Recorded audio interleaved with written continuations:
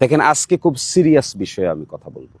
প্রশাসনকে বলবো, উপযুক্ত পদক্ষেপ যদি নিতে না পারেন তাহলে নির্বাচন পরিচালনা করতে পারবেন না। আর উপযুক্ত পদক্ষেপ যদি নিতে চান তাহলে আপনারা দেখান যে আপনারা উপযুক্ত পদক্ষেপ নিতে পারেন। 1 নম্বর কথা বলছি আপনাদেরকে। 1 নম্বর কথা হলো, অবশ্যই আপনাদেরকে দলীয় পদে থাকা ব্যক্তিদেরকে প্রিজাইডিং অফিসার, পুলিং অফিসার পদ থেকে বাদ দিতে হবে। আমি আশা করব দিরাই এবং সাল্লায় যে তালিকা করেছেন এর মধ্যে একটা অভিযোগও যদি আসে যে দলীয় কোনো পদে আছেন তাহলে তাদেরকে আজকেই বাদ দিবেন, ট্রেনিংয়ে ডাকবেন না। ট্রেনিংয়ে ডাকার দায়িত্ব আপনাদের না। কেন আপনারা ট্রেনিংয়ে ডাকবেন? ডিএসবি, এনএসআই, যত গোয়েন্দা বাহিনীর রিপোর্ট আছে, একটা লোকও যদি দলীয় পদে থাকা এখানে আসে তাহলে আপনারা তাড়াতাড়ি তালিকা করে তাদেরকে বাদ দিবেন এবং কোনো ধরনের কোনো সাবটারফিউজ, কোনো ছলচাতুরির আশ্রয় নেবেন না। স্পষ্ট দেখাতে হবে যে একটা নিরপেক্ষ নির্বাচন করার ক্ষেত্রে আপনারা সিরিয়াস। একটা অভিযোগও যদি আসে তালিকা করবেন, তাদেরকে তালিকা থেকে বাদ দিবেন। স্বচ্ছ নিরপেক্ষভাবে প্রিজাইডিং অফিসার, পোলিং অফিসারদের তালিকা করবেন। এতে আমরা কোনো ধরনের শৈথিল্য দেখতে চাই না। আপনারা যারা আছেন সহকারী রিটার্নিং অফিসার, ডিসি সাহেব যে আছেন রিটার্নিং অফিসার, এগুলো খবর নেন। এগুলো খবর না নিয়ে শুধুমাত্র অফিসিয়াল মেকানিজম ব্যবহার করে কাউকে বোঝানোর চেষ্টা করবেন না। এগুলো বোঝার ক্ষমতা যথেষ্ট আমাদের আছে। আমি কিন্তু এখনও আপনাদেরকে খুবই শালীনভাবে অনুরোধ করছি, আপনারা তালিকাগুলো নেবেন। দলীয় পদে আছে কে তার তালিকা নেবেন। যদি থাকে তাদেরকে আপনার প্রশিক্ষণেই ডাকবেন না। আর গোয়েন্দা বাহিনী, যদি আপনারা এগুলো বের করতে না পারেন তাহলে গোয়েন্দা বাহিনীর দায়িত্ব দিয়েছে কে আপনাদেরকে? এগুলো থেকে তাড়াতাড়ি সুস্পষ্ট পদক্ষেপ গ্রহণ করুন। দ্বিতীয়ত, সিসিটিভি ক্যামেরা দিন। ঝুঁকিপূর্ণ সেন্টার তালিকা করেছেন, সিসিটিভি ক্যামেরা বসবে। প্রতিটা সেন্টারে আমি খবর পেয়েছি 6টা সিসিটিভি ক্যামেরা বসবে এবং প্রিজাইডিং অফিসার এটা মনিটর করবেন এবং এটা রেকর্ড থাকবে। নির্বাচনের সময়, নির্বাচনের আগে এবং পরে আমরা যে কোনো সময় এই ভিডিও রেকর্ড দেখতে পারবো। আর একই সাথে আপনারা পুলিশ যারা দায়িত্বে থাকবেন তাদেরকে আপনারা বুক ক্যামেরা দিবেন, যেন কে কি করছে না করছে এটা পরিপূর্ণ রেকর্ড থাকে। এটি নির্বাচনের পরিবেশ অনেকটাই নিশ্চিত করবে। মিলিটারি প্রশাসন যারা এখানে এসেছেন দিরাই এবং সাল্লায়, তাদেরকে আমি অনুরোধ করব, নিয়ম শৃঙ্খলার বেড়াজালে আবদ্ধ হয়ে নির্বাচন নষ্ট করবেন না।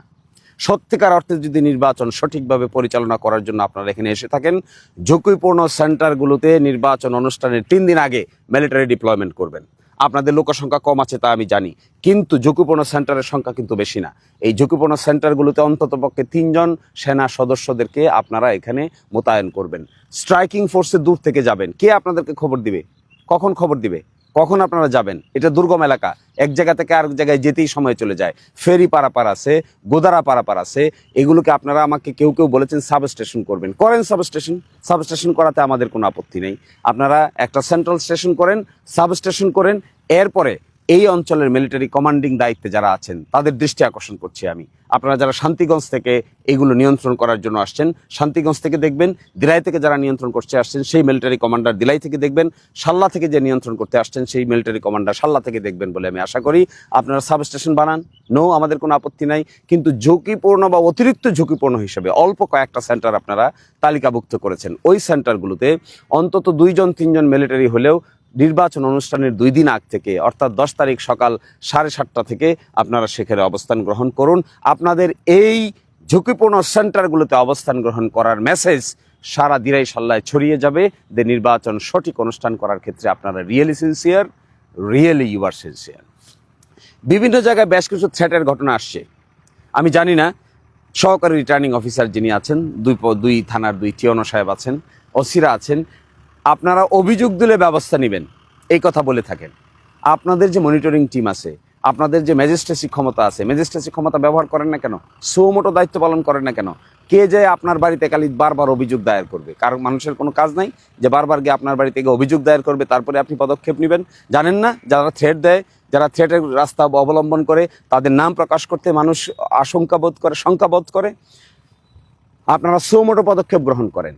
কিছু অভিযুক্ত পড়েছে যে কারা থ্রেট দেন, কারা কিভাবে কি বলেন, দেশে থাকতে পারবে কি পারবে না এই কথাও বলেন। এই সমস্ত নির্বাচনের পরে দেখে নেবেন, এই সমস্ত কথা বলেন। এই সমস্ত কথায় এই গন্ডামির সময় কি এখন? এই গন্ডামি করে নির্বাচন করা যাবে? 2026 সালের নির্বাচন কি গন্ডামির নির্বাচন? 2026 সালের নির্বাচন ফ্রি, ফেয়ার, ক্রেডিবল নির্বাচন। এখানে থ্রেট দিবে আর আপনারা বসে বসে থাকবেন, তাহলে প্রশাসনে কি দায়িত্বটা কি আপনার? কি দায়িত্ব আপনার? দায়িত্ব পালন করে দেখান না। নখদন্তরহীন বাঘ হলে তো আপনাকে কে ভয় পাবে? আপনি যান ফিল্ডে গিয়ে দেখেন, মানুষকে জিজ্ঞাসা করেন ছদ্মবেশে, গোয়েন্দাদেরকে ফিট করেন, গোয়েন্দা বাহিনীকে ফিট করলে বুঝতে পারবেন কে কোথায় কাকে ধমক দিচ্ছে। এবং এগুলো যদি পদক্ষেপ নিতে না পারেন তাহলে নির্বাচন অনুষ্ঠান করতে পারবেন না।